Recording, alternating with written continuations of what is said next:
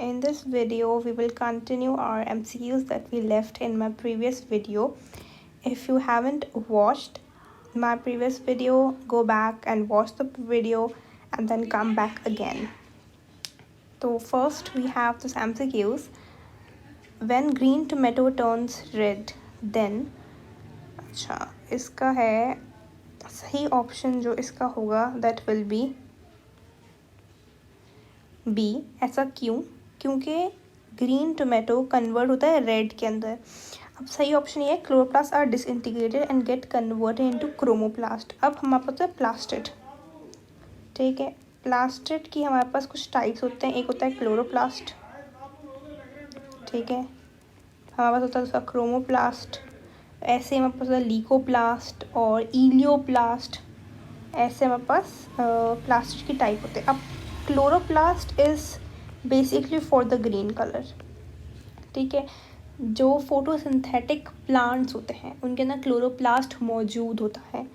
दूसरा होता है क्रोमोप्लास्ट. बेसिकली ये डिफरेंट कलर्स देता है, मेनली रेड ऑरेंज ये देता है, जो कि पॉलिनेशन में हेल्प करता है. क्योंकि फ्लावर्स के डिफरेंट कलर्स होते हैं तो ये अट्रैक्ट करता है डिफरेंट इंसेक्ट्स को और हनी बीज को ताकि आए और पॉलिनेशन हो. ठीक है, अब यहाँ पे बोला गया है कि ग्रीन जब मेरे पास टोमेटो है वो कन्वर्ट हो गया है रेड के अंदर, तो इसका मतलब ये है क्लोरोप्लास्ट कन्वर्ट हो गया है क्रोमोप्लास्ट के अंदर. तो सही ऑप्शन इसका ये होगा. ठीक है, आगे है which of the following types of plastic are commonly found as cells not expose to lights. Light की तरफ जो प्लास्टिड जब लाइट नहीं होती, या बोल सकते हैं ऐसे सेल्स जो कि लाइट में एक्सपोज नहीं होते, मतलब बाहर की तरफ नहीं दिख रहे, वो बहुत डीप इनसाइड होते हैं, तो उनके अंदर कौन सा प्लास्टिक मौजूद होता है?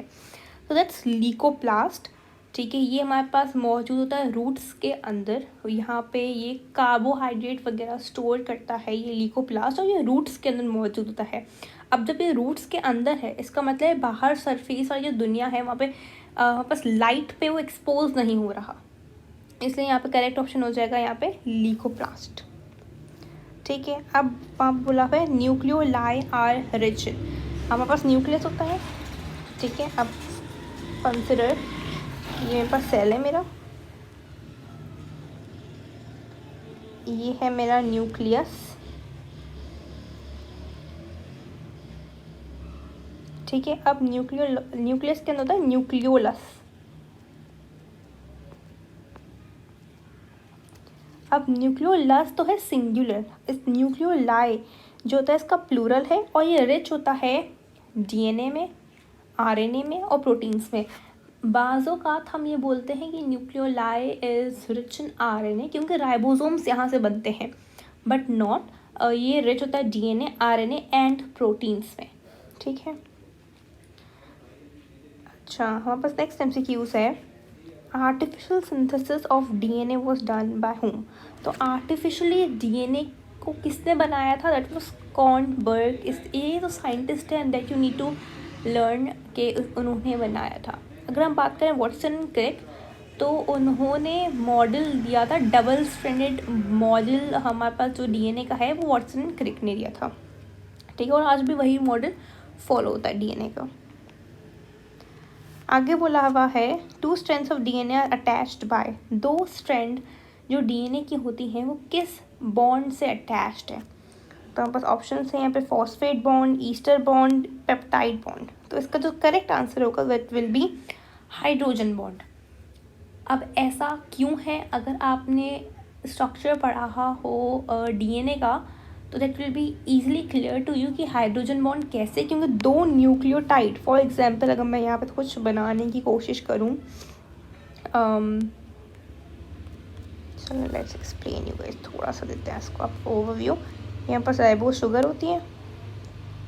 ठीक है, यहाँ पे मेरे पास लगी हुई होती है, समझे आप लोग, एडनिन लगी हुई है. ठीक है, यहाँ तक पास फॉस्फेट आ गया. ठीक है, ये कार्बन होता है पर यहाँ से फॉस्फेट है. ऐसे ही दूसरी तरफ मेरे पास एक और समझो, एडेनिन कौन बॉन्ड कर रहा है, थाइमीन। तो ये एक स्ट्रैंड मेरे पास जो है वो इसकी है, एक स्ट्रैंड ये है, दूसरी स्ट्रैंड ये है, ठीक है। अब ये जो बॉन्ड बना रहे हैं आपस में, इनके साथ होता है हाइड्रोजन बॉन्ड बनता है 2, ऐसे बोल सकती हूँ, ये 2 हाइड्रोजन बॉन्ड बनता है। अगर यहीं पे गोनिन और साइटोसिन होता तो मेरे पास बनते 3 बॉन्ड्स, ठीक है, 3 हाइड्रोजन बॉन्ड्स बनते हैं। तो हाइड्रोजन बॉन्ड्स के ज़रिए ही मेरे पास 2 स्ट्रैंड डीएनए की अटैच होती हैं। आगे है the largest cell in the human body is what. तो ह्यूमन बॉडी के अंदर लार्जेस्ट सेल, अगर हम वैसे ह्यूमन की तो ओवरऑल बात कीजिए तो ओवा हमारे पास सबसे लार्जेस्ट सेल होता है, लेकिन यहाँ पे ओवा ऑप्शन नहीं है, तो नर्व सेल इसका सही आंसर हो जाएगा।